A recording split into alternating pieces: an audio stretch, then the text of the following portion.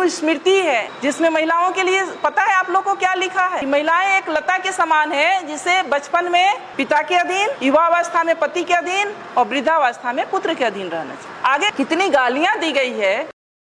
मोहतरमा बोल रही हैं कि मनुस्मृति में ये लिखा है, फलाना लिखा है, ढिमका लिखा है।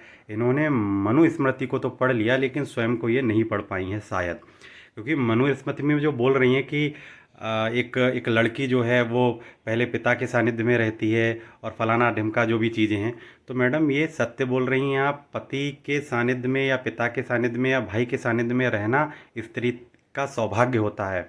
ये ऐसा नहीं है कि आपको कोई अभिशाप है, आपकी कोई बेड़ियाँ डाल दी गई हैं। पिता के सानिध्य में यदि बेटी रहेगी तो सुरक्षित और सेफ रहेगी। अब आपकी बेटियां कहाँ रह रही हैं आई डोंट नो, लेकिन यदि पिता के सानिध्य में रही होंगी तो सेफ और सुरक्षित रही होंगी। उसके बाद जब पिता बुजुर्ग हो जाते हैं, बूढ़े हो जाते हैं, उसके बाद वो भाई के सानिध्य में आ जाती है।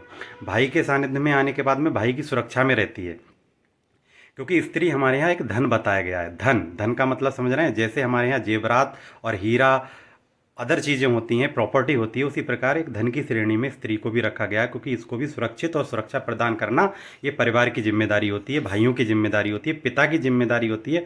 और उसके बाद जब शादी हो जाती है तो पति के सानिध्य में आ जाती है, तो पति की जिम्मेदारी होती है। और इन केस यदि पति की भी मृत्यु हो जाए तो बच्चे जब बड़े हो जाते हैं तो बच्चों के सानिध्य में आ जाती है, पुत्रों के सानिध्य में आ जाती है। तो ये बात को आपको समझना चाहिए, लोगों को समझाना चाहिए, क्योंकि जो स्त्री बिना पुरुष के रह गई है उसकी क्या हालत है वो शायद आपको नहीं पता, क्योंकि आप भी सानिध्य में हैं। आप मानने को तैयार भले ही नहीं है, लेकिन आप सानिध्य में ज़रूर हैं। आप पुत्रों के सानिध्य में हैं, आप पति के सानिध्य में हैं, और ना जाने आपके बुजुर्ग जो आपको छोड़ गए इस पृथ्वी पर, वो सबके सानिध्य में आप रह चुकी हैं। इसीलिए आप अपने आप को सेफ और सुरक्षित महसूस कर पा रही हैं और बोल पा रही हैं।